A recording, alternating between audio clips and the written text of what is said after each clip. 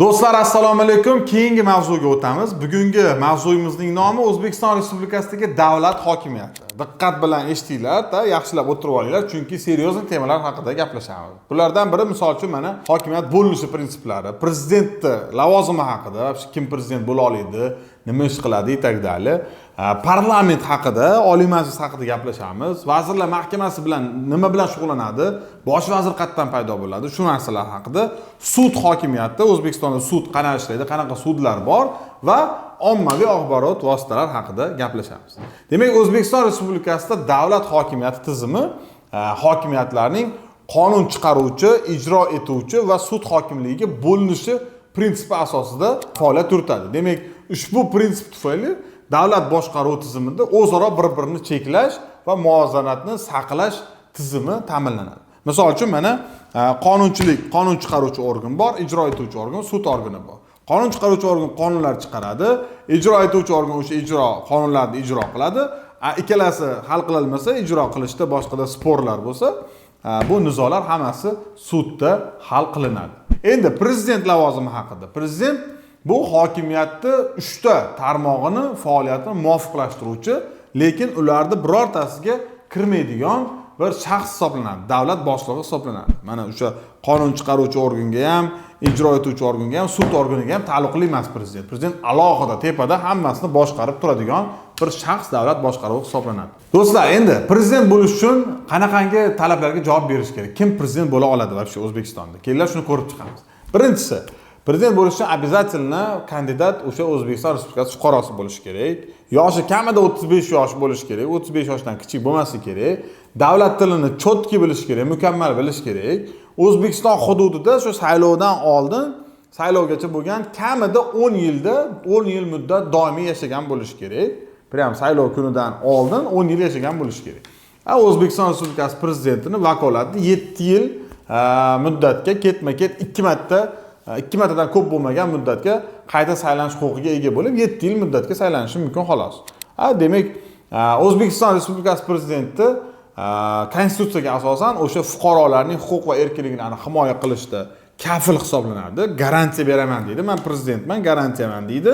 Что sizlarning huquqlaring himoya qilinishini men kafolatlayman deydi prezident. Mamlakat ichkarisida va xalqaro munosabatlarda O'zbekiston Respublikasi nomidan ish ko'radi, polностью O'zbekiston Respublikasi xalqi nomidan va davlat nomidan. Demak, normativ huquqiy hujjatlarni, qonunlarni imzolaydi. O'zbekiston Respublikasida qurolli kuchlarning oliy bosh qo'mondoni hisoblanadi. Armiyamiz bor, o'sha armiyaning ham rahbari bizning prezident hisoblanadi. Konstitutsiya va qonunlarga nazarda tutilgan boshqa yana bir qancha faoliyat turlari va vakolatlari bor. Ularni endi hammasini aytib o'tirmadim. Nima uchun prezident bo'lish zo'r? Ko'pchilik aytadi, prezidentga mazza, prezident bo'lsa zo'r bo'lsa kerak. Haqiqatda prezident bo'lsa zo'r. Nimaga? Mana ayrim sabablar. O'zbekiston Respublikasi prezidentiga частный samolyot berish haqida bilarmi deydi, shaxsiy samolyot. Lekin shaxsiy samolyotdan tashqari yana bir qancha masalalar bor, davlat hisobidan ta'minlanadigan. Mana ular, quyidagilar misol uchun. Maxsus maqsaddagi avtotransport vositasi, xizmat mashinasi beriladi. Jihozlangan, chotkidan maxsus bir narsalar bilan jihozlangan samolyot, vertolyoti bo'ladi. Toshkent shahar va Toshkent viloyatidagi qarorgoh bo'ladi, rezidensiyasi. Davlat qo'riqlash xizmati bo'ladi. Prezidentda doimiy охранasi bo'ladi. Barcha aloqa turlari beriladi. Bepul tibbiy xizmat yoki sanatoriyadagi kurortlarda davolanish xizmati beriladi. Hamda prezidentga o'sha 36 kundan iborat, demak, mehnat haq to'lanadigan mehnat ta'tili beriladi. Shuningdek, prezident daxlsizlik va immunitetga ega bo'ladi va vakolatlarini ijro etish muddati tugagandan keyin, misol uchun 7 yil saylangan tugagandan keyin prezident iste'foga chiqqandan keyin umrbod o'sha O'zbekiston Respublikasi Oliy Majlis Senati a'zosi lavozimini egallaydi va shu umrining oxirigacha senator lavozimida faoliyat yuritib boradi. Mana shunaqangi huquqlari, mana shunaqangi zo'r narsalar kafolatlab qo'yilgan qonunchilikda aynan prezidentga nisbatan. Shuning uchun prezident bo'lish zo'r. Hammaga ham nasib etsin. Do'stlar, endi parlament haqida gaplashamiz va O'zbekiston Respublikasi Oliy Majlisi haqida. O'zbekiston Respublikasi Oliy Majlisi, ya'ni parlament ikkita palataga bo'linadi bizda. Bu Senat, yuqori palata hamda quyi palata, bu Qonunchilik palatasi. Qonunchilik palatasida xalq tomonidan yashirin ovoz berish yo'li bilan saylanadigan 150 ta deputatdan iborat, Senat esa 65 ta senatordan iborat hisoblanadi. Qonunchilik palatasiga deputatlar saylovi majoritar hamda proporsional, ya'ni aralash saylov tizimi asosida o'tkaziladi. Oldin faqat majoritar edi, endi aralash bo'ldi. Demak, do'stlar, majoritar saylov tizimi haqida gapirsak, bu o'sha saylov okrugiga saylovchi kirib turib, o'zi tanlagan kandidatiga ovoz beradi-da, kandidatiga ovoz berib, o'sha eng ko'p ovoz to'plagan kandidat o'sha Oliy Majlis Qonunchilik palatasi deputatiga saylanadi va deputat hisoblanadi. Endi proporsional tizimda unaqa emas. Proporsional tizimda saylovchi keladida partiyaga ovoz beradi. Partiya ertaga ovoz to'plagan partiyalar o'zini o'sha okruglarga kelib turib saylagan ovozlarni, saylovchilarning sonini, ovozlarning sonidan kelib chiqib, unda o'sha deputatlar belgilanadi. Buni hozir batafsil tushuntirib beraman sxema ko'rinishida. Mana misol uchun do'stlar, mana sxema misolida ko'rsatib beraman. Mana majoritar tizimda 75 ta bir mandatli saylov okruglari tashkil qilinadi. O'sha saylov 75 ta saylov okruglarida har bitta partiyadan, bizda bilasizlar, siyosiy partiya 5 ta, har bitta partiyadan bittadan bir nafardan nomzod belgilanadi, qo'yiladi nomzodlar, kandidatlar. Demak, 75 ta okrugda 75 ta nomzod bo'ladi. Общий 75 ta nomzod chiqib keladi. Har bitta okrugda tam 5 tadan kandidat bo'ladi. Umumiy har bitta partiya 75 tadan kandidat beradi. Umumiy har bitta partiyadan bittadan odam saylangandan keyin o'sha 75 ta deputat nomzod, ya'ni deputatlikka saylanadi. Boshqa nomzodlarga nisbatan eng ko'p ovoz to'plagan nomzod saylangan hisoblanadi va Oliy Majlis Qonunchilik palatasi deputati hisoblanadi. Endi bu majoritar sistema. Endi proporsionalga o'tamiz. Proporsional jicha murakkabroq, yaxshilab eshitinglar, tushunib olish uchun. Demak, mana ko'rishlaring mumkin. Deylik, partiyalar nomzodlarning ro'yxati bo'ladi. Siz saylovchi kelib turib, birinchidan O'zbekiston Respublikasining butun hududi bitta yagona saylov okrugi hisoblanadi. Bu degani, kstati, saylov o'sha majoritar bo'yicha ham, proporsional bo'yicha ham bir kunda bo'ladi. Majoritar bo'yicha 75 ta okrug bo'ladi, proporsional bo'yicha bitta okrug. Ya'ni butun respublika bo'yicha o'sha majoritar uchun qilingan saylov okruglariga kirib turib, bemalol odam mana shu proporsional tizim bo'yicha ham ovoz beraveradi. Chunki butun respublika bitta yediniy yagona saylov okrugi hisoblanadi. Demak, kirdi saylovchi, shunday любой saylov okrugiga kirdida, o'sha yerda har bitta siyosiy partiyadan nomzodlarning ro'yxati bo'ladi. Kamida 75 tadan 100 tagacha bo'ladi. Kimdadir 78 ta, kimdadir 85 ta, kimdadir 90 ta yetaklar. Saylovchi kirib turib o'sha nomzodlarni qaraydi. Nomzodlar har xil, o'sha partiya a'zolari, tam artist bo'lishi mumkin, madaniyat arbobi bo'lishi mumkin, boshqa birorta bir yetuk bir anaqalarga erishgan bir odamlar bo'lishi mumkin va hokazo. Demak, spiskalarni ko'rib chiqadi-da, hammasini ko'rib chiqib turib, yoqqanini tanlaydi. Ya'ni politiskiy partiyani, ya'ni siyosiy partiyaga ovoz beradi. Siyosiy partiyaga ovoz bergandan keyin siyosiy partiyalar umumiy berilgan ovozni kamida 7% ni to'plasa, siyosiy partiyalar mandatga ega bo'ladi va keyingi etapga o'tadi, ya'ni ovozlarni hisoblash etapiga o'tadi. Buni mana keyingi sxemada ko'rishlaring mumkin. Misol uchun, mana qaranglar, mana shu 5 ta turgan har xil rangliklar bu partiyalar. Partiya kamida deylik 20 millionta odam ovoz bergan bo'lsa, o'shandan kamida 7% ni to'plagan bo'lishi kerak har bir partiya. 7% va undan yuqori. Ana o'shandagina ovozlarni hisoblash etapiga o'tishi mumkin. Mana deylik, birinchi partiya 7% ovoz to'plagan, ikkinchi partiya 7% dan ko'proq to'plagan, uchinchi partiya to'plalmagan 7% ovoz, o'shaning uchun unda huquqi yo'q. Va hokazo, qolganlar ham xuddi shu tartibda ovoz to'plagan. Demak, ovozlar soni x bo'lsa, umumiy ovozlar soni y. Ya'ni har bitta partiyalar bo'yicha berilgan umumiy sonni olsak, bu y. Aytdik, deylik 20 millionta ovoz saylovchi kirib ovoz bergan bo'lsa, saylovda. O'sha hammasini ovozi bitta y bo'ladi. Endi o'sha y, ya'ni butun umumiy ovozlar soni 75 ta deputatlik o'rinlar soniga bo'linadi. Va bizda Z degan saylov koeffitsiyenti vujudga keladi. Endi bu yog'iga o'sha har bir partiyadagi to'plangan ovozni deylik, Adolat partiyasi 20 millionta ovozdan deylik tam 4 million 200 tasini to'plagan, deylik. O'sha 4 million 200 ta ovozni deylik umumiy saylov koeffitsiyentiga bo'lamiz, Z ga bo'lamiz va bizda A1 kelib chiqadi va bu o'sha deylik Adolat yoki X1 siyosiy partiyasining Qonunchilik palatasidagi o'rinlar sonini tashkil qiladi. Aynan mana shunaqangi sxema va tizim orqali Qonunchilik palatasida endilikda endi meni fikrim bo'yicha bu jinday murakkabroq, endi bu sekin-sekin apkatkadan chiqqandan keyin odamlar ancha o'rganib qolsa kerak, lekin bugungi kunda jinday murakkabroq tizim bo'lgan. Yashasak ko'ramiz. Demak, saylovlar o'tgandan keyin Qonunchilik palatasida Qonunchilik palatasi tarkibida deputatlar o'z fraksiyalarini tuzadilar. Fraksiyalar tuzish uchun, ya'ni mana o'sha O'zLiDepdan kiradi, Adolatdan kiradi, Milliy tiklanishdan kiradi, Ekopartiyadan kiradi. O'sha deputatlar hammasi kamida 5 tasi bir bo'lib fraksiya tashkil qilishadi va o'z faoliyatlarini davom ettirishadi. Bu masala mana Qonunchilik palatasi haqida edi. Endi yuqori palata Senat haqida gaplashamiz. Oliy Majlis Senati hududiy vakillik palatasi hisoblanib, Senat a'zolaridan, ya'ni senatorlardan iborat hisoblanadi. Uning qonunchilik jarayonidagi o'rni Qonunchilik palatasi tomonidan qabul qilinib bo'lingan o'sha qonunlarni o'rganadi va o'ziga xos qo'shimcha filtr vazifasini bajarishda namoyon bo'ladi. Senat Qonunchilik palatasi bilan birgalikda bir necha funksiyalarni amalga oshiradi. Demak, O'zbekiston Respublikasi Konstitutsiyasi va qonunlarini qabul qilishadi, unga o'zgartish va qo'shimchalar kiritishadi. Soliqlar va boshqa majburiy to'lovlarni joriy qilishadi. O'sha Qonunchilik palata bilan birgalikda davlat mukofotlari va unvonlarini ta'sis etadilar. O'zbekiston Respublikasi qarzining eng yuqori miqdorini ham belgilab berishadi. O'zbekiston Respublikasi Vazirlar Mahkamasining taqdimiga binoan O'zbekiston Respublikasi davlat byudjetini qabul qilishadi va qonunchilikda belgilangan boshqa vakolatlarni amalga oshirishadi. Oliy Majlis Senatini saylashda o'zini tartibi bor. Birinchi navbatda sizlar tushunishlaring kerak. Senatorlar qayerdan paydo bo'ladi?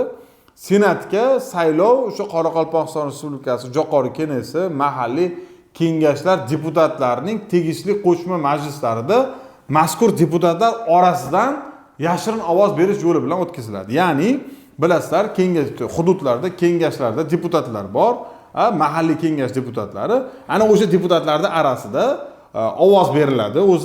O'shalarning ichidan kandidatlar tanlanadi va senatorlikka saylanadilar. Demak, Qoraqalpog'iston Respublikasidan 4 nafar shaxs, har bir viloyatdan 4 tadan shaxs saylanadi. Ya'ni 12 ta viloyat bo'lsa, har bittasidan 4 tadan shaxs, Toshkent shaharidan 4 nafar inson saylanadi va o'sha 65 ta umumiy soni 65 taga yetkazish uchun yana 9 nafar a'zosi, o'sha senatda a'zosi prezident tomonidan tayinlanadi. Ya'ni o'sha nimalar, ya'ni kim uni ichiga arboblar kiradi, o'sha adabiyot, san'at, fan yoki ham boshqa bir yetuk bir darajalarga erishgan hamda davlat va jamiyat faoliyatini boshqa tarmoqlarda katta amaliy tajribalarga ega bo'lgan, alohida xizmat ko'rsatgan eng obro'li fuqarolar orasidan o'sha bevosita davlat rahbari tomonidan tayinlanadi. Senatning umumiy soni 65 taga shu bilan yetadi. Do'stlar, bu Senat va Qonunchilik palatasi, ya'ni umumiy qilib olganda Oliy Majlis haqidagi ma'lumotlardir. Endi kimlar deputat yoki Senat a'zosi bo'la oladi? Bu kandidatlarda, ya'ni trебованияларда, ya'ni qanaqangi requirementslar bor, shular haqida gapiramiz. Demak, birinchi navbatda ular O'zbekiston Respublikasi fuqarolari bo'lishi kerak. Ikkinchisi, saylov kuniga qadar 25 yoshga to'lgan shaxslar bo'lishi kerak. Undan tashqari O'zbekiston Respublikasi hududida kamida 5 yil doimiy yashovchi shaxslar bo'lishi kerak. Senat va Qonunchilik palatasi a'zolarining muddati, faoliyat muddati 5 yil hisoblanadi. Ular ham 5 yilga tayinlanadi va bitta shaxsda o'zi bir vaqtning o'zida ham Qonunchilik palatasi ham Senat a'zosi hisoblanib bo'lmaydi unaqasi. Faqat yo uni yo bunga bo'lishi kerak. Baravar ikkalasi bo'lmaydi. Demak, Qonunchilik palatasi deputatlari va senatorlar biznes bilan shug'ullanmaydi. Ya'ni ilmiy, ijodiy va pedagogik faoliyatdan boshqa birorta faoliyat turi bilan shug'ullana olmaydi. Faqat dars beradi, ijod bilan shug'ullanadi yoki nauka bilan, ya'ni ilm bilan. Keyingisi o'sha Senat deputatlarida va senatorlarda daxlsizlik huquqi bor. Ular immuniteti deydi. Senatorlarda, deputatlar o'sha immunitetdan, ya'ni daxlsizlik huquqidan foydalanadi. Ularni prosto tak o'zidan o'zi hech kim javobgar qila olmaydi. Birinchi o'sha daxlsizlik huquqini masalasini hal qilish kerak. Demak, do'stlar, endi sizlar bilan ijro etuvchi hokimiyat haqida gaplashamiz. Demak, bu Vazirlar Mahkamasi. Vazirlar Mahkamasi nima bilan shug'ullanadi? Demak, Vazirlar Mahkamasi Kabmin deb qo'yishadi oddiy tilda. Ijro etuvchi hokimiyat hisoblanadi va ushbu organ sifatida faoliyat yuritib, davlat organlari tomonidan qabul qilingan huquqiy hujjatlarni bajarishga qaratilgan boshqaruv va tashkiliy faoliyatni amalga oshiradi. Demak, Vazirlar Mahkamasi o'sha O'zbekiston Respublikasi bosh vaziri, uni o'rinbosarlari va vazirlardan iborat bo'ladi. Vazirlar Mahkamasining tarkibiga o'z lavozimi bo'yicha Qoraqalpog'iston Respublikasi hukumatining boshlig'i kiradi hamda Vazirlar Mahkamasi tuzilmasi vazirliklar, qo'mitalar, agentliklar, departamentlar va boshqa tashqi davlat inspeksiyalari markazlari ham hammasi o'sha kabinetga kirib ketadi Vazirlar Mahkamasining ichiga. Demak, Vazirlar Mahkamasi O'zbekiston Respublikasida butun hududiga barcha organlar, korxonalar, muassasalar, tashkilotlar va boshqa bir mansabdor shaxslar hamda fuqarolar tomonidan bajarilishi majbur bo'lgan demak qarorlar va farmoyishlar chiqaradi. Vazirlar Mahkamasi o'z faoliyatida O'zbekiston Respublikasi Oliy Majlisiga va O'zbekiston Respublikasi prezidenti oldida javobgar hisoblanadi. Demak, bosh vazir qayerdan paydo bo'ladi? Bosh vazir qayerdan paydo bo'ladi? Oliy Majlis palatalarining mansabdor shaxslari saylangandan va organlar shakllangandan so'ng 1 oy ichida demak prezident o'sha barcha o'sha Oliy Majlisdagi yangi joriy etilgan o'sha siyosiy partiya fraksiyalari bilan, siyosiy partiyalarning fraksiyalari bilan maslahatlashuvlar o'tkazilgandan so'ng bir nechta mosh kandidat bo'lar yoki bitta kandidat bo'lar. Bu narsa aniq qonunchilikda ko'rsatib qo'yilmagan, lekin tizim shunaqaki, prezident shu Qonunchilik palatasidagi fraksiyalar bilan gaplashadi-da, maslahat qiladi. Maslahat qilgandan keyin o'sha o'zi tanlagan birorta bir va ular bilan maslahat qilib olgan bir kandidatini Qonunchilik palatasiga ko'rib chiqish va ma'qullash uchun taqdim etadi. Demak, do'stlar, o'sha Qonunchilik palatasiga taqdim etilgan nomzod taqdim etilgan kundan boshlab 10 kun ichida ko'rib chiqiladi Qonunchilik palatasidan tomonidan. Qonunchilik palatasi deputatlari umumiy sonining yarmidan ko'pi tomonidan ovoz berilgandan so'ng, ya'ni 51% ovoz berilsa, demak, o'sha kandidat Qonunchilik palatasi tomonidan ma'qullangan hisoblanadi va prezident ushbu nimani kandidatni o'zi keyin dalshi tasdiqlab beradi o'sha bosh vazir lavozimiga. Endi yana bir qiziq fakti bor, do'stlar. Agar Qonunchilik palatasi prezident bergan kandidatlarni 3 marta yoqmadi, bu bo'lmadi, buni beti chata, buni eti chata deb 3 marta отказ qilsa, prezidentning o'zi shunaqa vakolat bor. Prezident o'zi bosh vazir tayinlab turib, butun Qonunchilik palatani raspuskat qilib, ya'ni misol uchun polностью tarqatib yuborib turib, boshqatdan keyin yana saylovlar tashkil qilish huquqiga ega hisoblanadi. Bu mana o'sha qisqacha Kabmin to'g'risida, ya'ni O'zbekiston Respublikasi ijro hokimiyati Vazirlar Mahkamasi to'g'risidagi ma'lumotdir. Do'stlar, kelinglar endi sud hokimiyati haqida gaplashamiz. O'zbekistonda sudlar qay tarzda ishlaydi? Umuman sud o'zi nima? Sud hokimiyati bilasizlar, o'sha fuqarolik, jinoiy, iqtisodiy, ma'muriy va ma'muriy protseduralar bo'yicha barcha masalalar ko'rib chiqiladigan bir dargoh hisoblanadi sud hokimiyati. O'sha решающий organ deydi-yu, hal qiluvchi qarorlarni chiqaradigan bir organ hisoblanadi sud hokimiyati. O'zbekiston Respublikasi sudlar o'sha fuqarolarning konstitutsiya va boshqa qonunlarda hamda inson huquqlariga oid xalqaro hujjatlarda belgilangan huquq va erkinliklarni hamda korxona, muassasalar va tashkilotlar, ya'ni bizneslarda huquqlarini hamda qonun bilan qo'riqlanadigan manfaatlarni sud orqali himoya qilinishini ta'minlab beradigan organ hisoblanadi. O'sha sud hokimiyati tomonidan chiqariladigan qarorlar barcha uchun yuridik shaxslar, jismoniy shaxslar, davlat organlari kim bo'lishidan qat'iy nazar majburiy hisoblanadi. Do'stlar, O'zbekiston Respublikasidagi sud tizimi quyidagilardan iborat. Birinchisi Konstitutsiyaviy sud, Oliy sud, keyingisi harbiy sudlar, keyingisi o'sha endi bu sudlar hammasi viloyatlar kesimida, rayonlar, tumanlar kesimida bo'linadi. Misol uchun, mana fuqarolik ishlari bo'yicha tumanlar aro sud bor, tuman shahar sudlari, jinoyat ishlari bo'yicha tuman va shahar sudlari bor, tumanlar aro va tuman shahar iqtisodiy sudlari bor, bilasizlar, va tumanlar aro ma'muriy sudlar bor.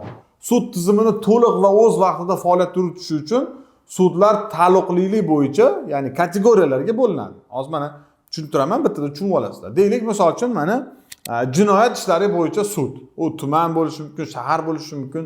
O'zbekiston Respublikasi Jinoyat kodeksi va ma'muriy javobgarlik to'g'risidagi kodeksda belgilangan jinoyatlar va huquqbuzarliklar to'g'risidagi barcha ishlarni aynan o'sha jinoyat sudlari, jinoyat ishlari bo'yicha sudlar ko'rib chiqadi. Keyingisi fuqarolik sudlari. Fuqarolik sudlari o'sha fuqarolar, yuridik shaxslar o'rtasida kelib chiqadigan mulkiy nizolarni oilaviy nizolarni, ajrimlar bor, aliment, mulkni bo'lishish va shunga o'xshagan barcha masalalar o'sha fuqarolik sudlarida ko'rib chiqiladi. Keyingisi iqtisodiy sudlar.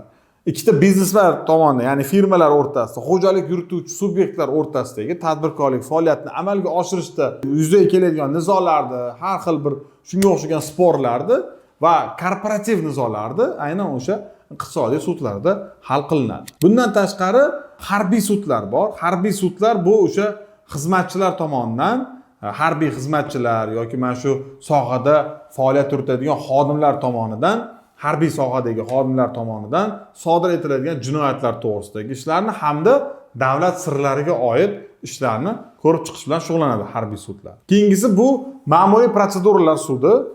Demak, o'sha davlat organi va jismoniy hamda yuridik shaxslar o'rtasidagi nizolarni ko'rib chiqadi. Deylik, men agar hokimiyat bilan sudlashmoqchi bo'lsam yoki boshqa bir vazirlik, idora bilan sudlashmoqchi bo'lsam yoki boshqa birorta bir davlat tashkiloti bilan sudlashmoqchi bo'lsam, men o'sha ma'muriy protseduralar sudiga murojaat qilishim kerak. Bu mana davlat sudlari edi. Endi do'stlar, bizni qonunchilikda hamda amaliyotda nodavlat bo'lgan sudlar ham bor. Bu o'sha hakamlik sudi hisoblanadi. Fuqarolik huquqiy munosabatlardan kelib chiqadigan nizolarni, shu jumladan xo'jalik yurituvchi subyektlar o'rtasidagi kelib chiqadigan iqtisodiy nizolarni hal qiluvchi nodavlat organ. Ya'ni ikkita firma, ikkita deylik biznes egasi o'sha o'zimizni masalalarni, nizolarni bizni hakamlik sudida hal qilamiz ertaga deb o'zini shartnomasida ko'rsatib ketishi mumkin. Ertaga haqiqatan nizo vujudga kelsa, o'sha hakamlik sudida bu masalalar ko'rib chiqiladi. Do'stlar, mana sud hokimiyat haqida ma'lumot edi. Barchalaringizga tushunarli bo'ldi degan umiddaman. Biz esa davom ettiramiz. Keyingi masala bizda ommaviy axborot vositalari norasmiy to'rtinchi hokimiyat sifatida deb nomlanadi.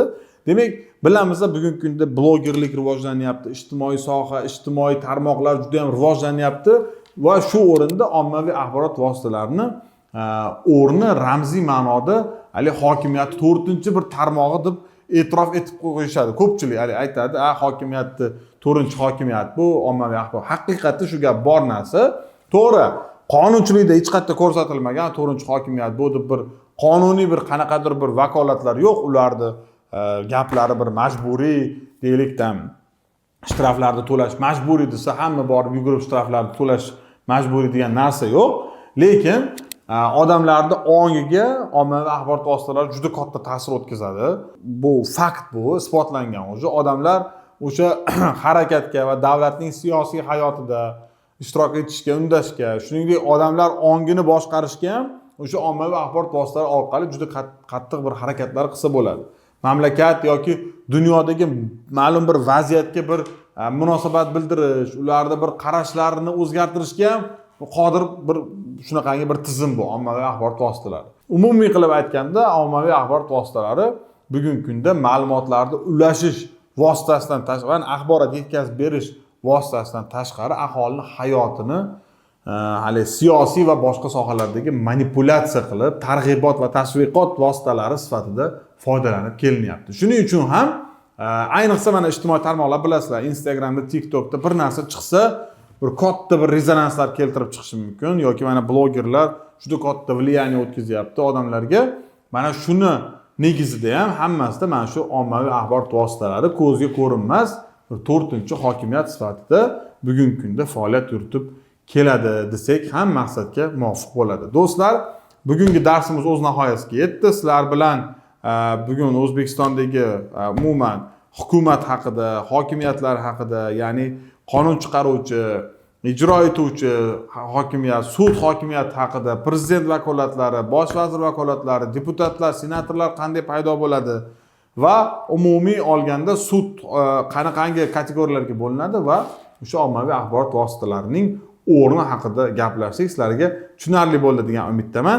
Keyingi darslarni ham o'tkazib yubormanglar. U keyingi darslar bugungi darslardan ham qiziqroq bo'ladi degan umiddaman. Ko'rishguncha xayr, salomat bo'linglar.